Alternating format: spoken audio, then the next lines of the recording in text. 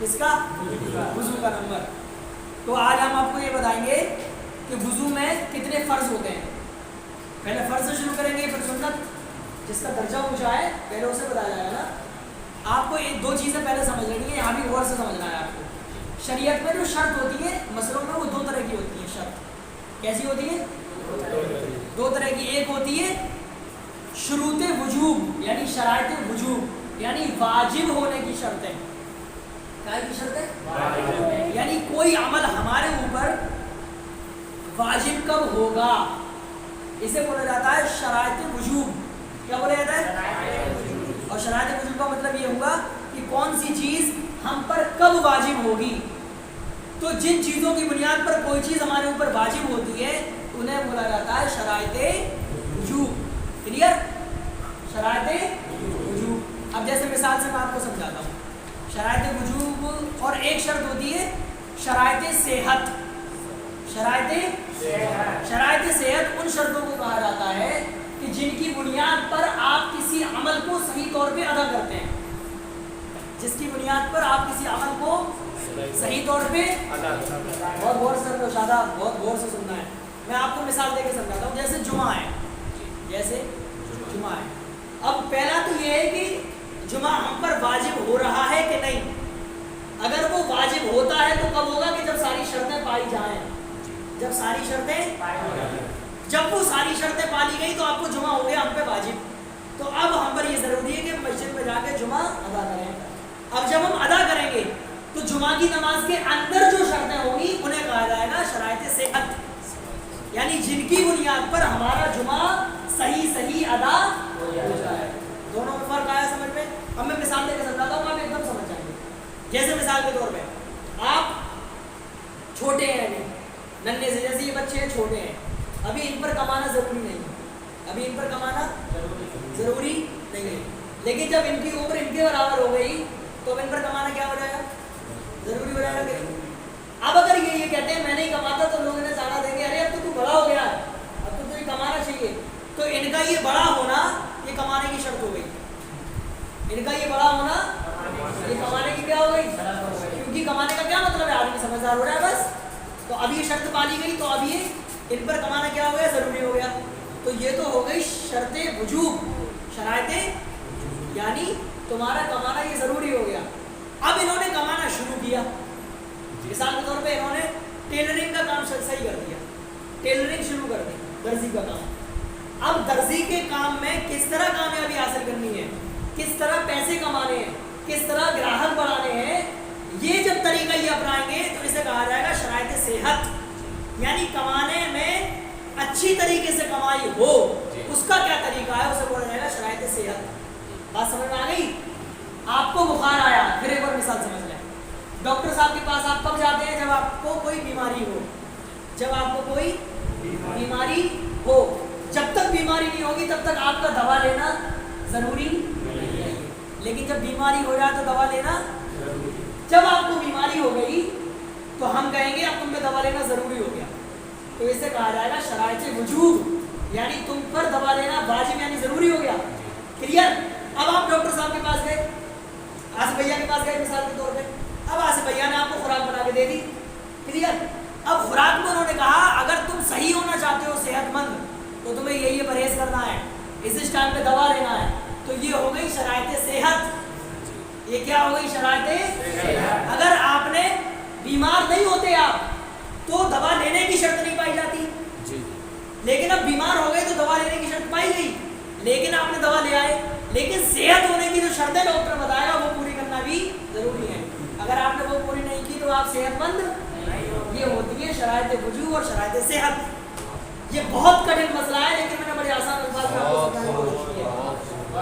آپ سمجھیں کہ نہیں؟ اچھے لوگ نہیں سمجھ پاتے شرائط وجوب اور صحت ہے کیا. تو آپ سمجھ گئے؟ اب کم الفاظ میں یہ سمجھ لیں کہ جب کوئی کام ہمارے اوپر کرنا یہ ضروری ہو جائے تو اسے کہا جائے گا شرائط وجوب. شرائط یعنی کسی کام کے واجب ہونے کی شرط. کلیئر؟ اب جب وہ کام ہم کرنے لگے تو جب کام کرنا ہم نے شروع کر دیا اب وہ کام صحیح کیسے ہوگا تو اس کی جو شرطیں وہ کہلائیں گی شرائط صحت. شرائط صحت. اب اسی طرح ہر عبادت میں शराइत वजूब होती है और शराइत सेहत भी होती है। जैसे जुमे की मिसाल दे दूँ मैं आखिरी, फिर वजू के मसले पे आऊँगा। इतनी तमीज़ बांध रहा हूँ, इतना इंट्रोडक्शन, ताकि आप वजू के मसले को आसानी से समझ जाएँ, है ना। अब आपको जुमा समझना है कि जुमा किस पर वाजिब है। औरत पर वाजिब है जुमा है? औरत पर जुमा थोड़ी होता है, वो तो ज़ोहर है, क्लियर। मुसाफिर पर जुमा है? मुसाफिर जो शरीयत में मुसाफिर को 8 किलोमीटर से बाहर, उस पर जुमा है नहीं, ठीक है। इसी तरह देहात में जुमा है? देहातों में जुमा हो सकता है नहीं। जुमा के लिए शहर होना जरूरी है। मिस्र शहर का मतलब इतने लोग पढ़ने वाले हों, आसानी से कायम कर सकें, है ना। इसी तरह जुमा की 7 शर्तें हैं। जुमे की वाजिब होने की कितनी शर्तें हैं? 7। मैं आपको एक एक करके बताता हूँ। इसमें लिखा है नूरुल ईज़ा में, सलातुल जुमाति फर्दु ऐनिन अला मन इज्तमा फीही सबअतु शराइत, कि जुमा की नमाज जो है, शायद आप सुनो, जुमा की नमाज जो है वो फर्ज ऐन है हर उस शख्स पर जिसके अंदर 7 शर्तें पाई जाएं। किस पर वाजिब है? जिस पर 7 शर्तें पाई जाएं। वो 7 शर्तें क्या हैं? अज़्ज़ुकूरा यानी मर्द होना, यानी मर्द होना। दूसरी वल हुर्रिया आज़ाद होना, क्या होना? इसीलिए गुलाम पर जुमा वाजिब नहीं है।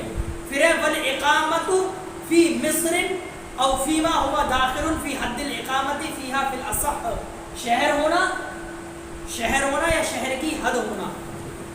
शहर होना या शहर के अंदर आदमी मौजूद हो, कहाँ का रहने वाला वहीं पर रह रहा हो, या फिर प्रॉपर शहर में ना हो बल्कि शहर की हद में दाखिल हो। मिसाल के तौर पे वो आखिरी गंज रोड पे पेट्रोल टंकी है, ठीक, आस्था फिलिंग स्टेशन। अब आप एक तो यहाँ मोहल्ले में मौजूद है, तो इसका मतलब है आप शहर में मौजूद है, क्लियर। और आप अगर वहाँ मौजूद है तो ये तो नहीं कहा जाएगा आप शहर में मौजूद है, लेकिन ये कहा जाएगा शहर की हद में मौजूद है, शहर की बात समझ आ गई। तो जुमा के वाजिब होने के लिए जिस तरह मर्दानी की शर्त है कि मर्द हो, आज़ाद हो, उसी तरह शर्त है कि या तो शहर में मौजूद हो या शहर की हद में मौजूद हो, क्लियर। इसे हम उलमा की ज़ुबान में कहते हैं मिस्र या फिनाए मिस्र। मिस्र या कुछ लोग इसे फना कहते हैं, फना लफ्ज़ नहीं है, फिना लफ्ज़ है, ठीक है। फिनाए मिस्र इसका मतलब ये है शहर या उसकी हद। इतनी बात, कितनी शर्तें हुई? 3 गिनिए। नंबर 1 मर्द होना, नंबर 2 आज़ाद होना, नंबर 3 शहर या उसकी हद होना। 3 हो गई। चौथी शर्त वस्सिहा, सेहतमंद होना। अगर आप बीमार हैं फिर आपको जुमा कैसे वाली बीमारी है? नहीं कि बुखार या खांसी हो जाए, वो बीमार के चल ही नहीं सकते, अब आप मस्जिद तक आ ही नहीं सकते आप उठ के, तो आप पर जुमा वाजिब नहीं है। कितनी शर्तें हो गई? 4।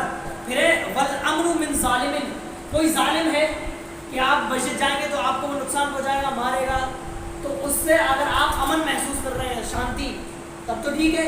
और अगर नहीं महसूस कर रहे तो आप पर जुमा वाजिब नहीं है। तो अमन होना भी शर्त है। 5 हो गई।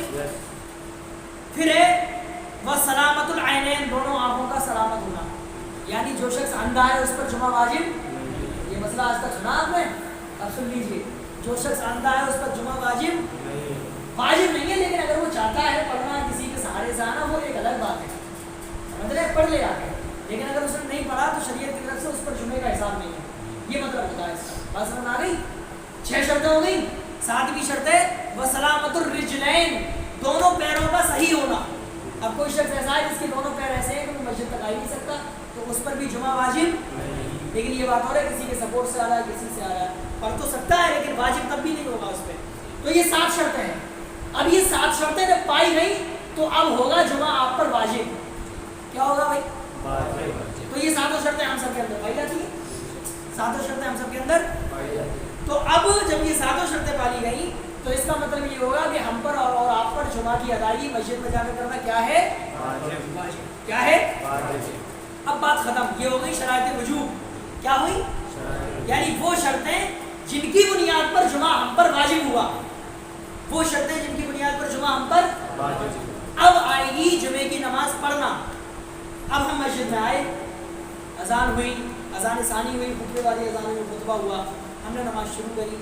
तो अब हम जो जुमे की नमाज अदा कर रहे हैं ये सही अदा हो जाए, वो कौन सी शर्तें हैं?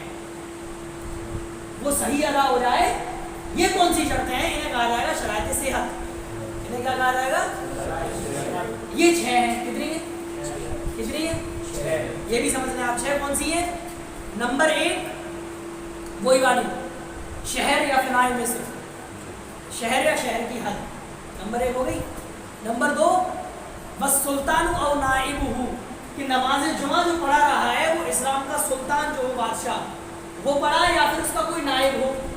उसका नाइब कौन होगा? जैसे शहर शहर में काजी मौजूद होते हैं, काजी शहर है ना, वो मौजूद हो। या फिर अब इस दौर में ना तो सुल्तान इस्लाम है कहीं, चूंकि कहीं इस्लामी हुकूमत भी नहीं है, ना उसके कई नाइब हैं, तो मुसलमान लोग मिलकर, मुसलमानों के मुअज़्ज़ज़ लोग मिलकर अपने किसी एक इमाम को सेलेक्ट कर लें कि यही जुमा पढ़ाएगा, तो अब वही जुमा पढ़ाएगा। अब जुमा का मतलब ये नहीं है कोई भी खड़ा हो जाए जुमा पढ़ाने के लिए, बात समझ में आ गई आपके?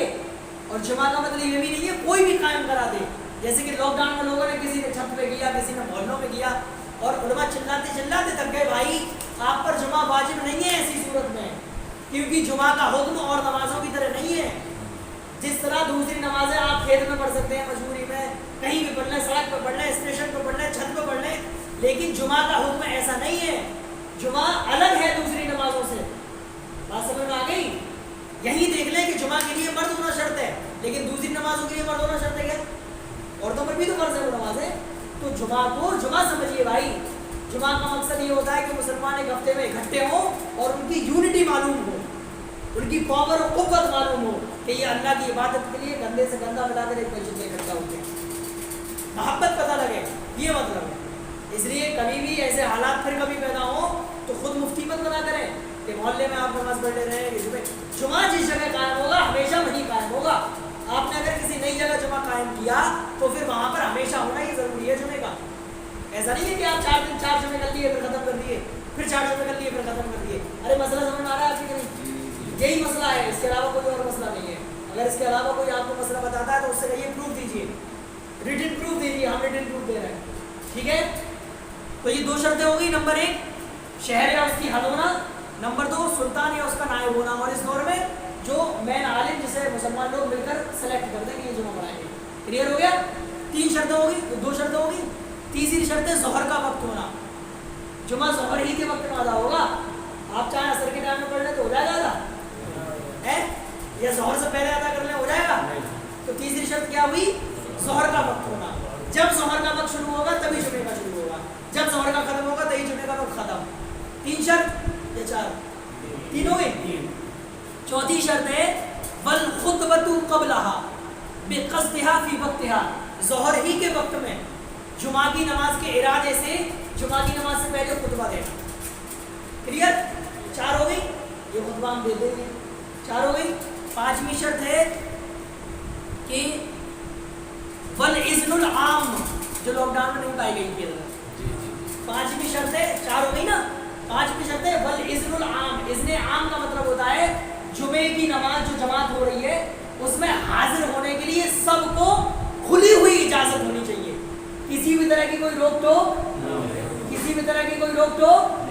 अब आप बताएं कि जो जुमा लॉकडाउन में किया गया है और जो जुमा हम लोगों ने पढ़ा था, रोक टोक थी कि नहीं? रोक टोक थी? चाचा तवज्जो, रोक टोक थी कि नहीं? तो जब रोक टोक थी तो एक शर्त कहाँ पाई गई?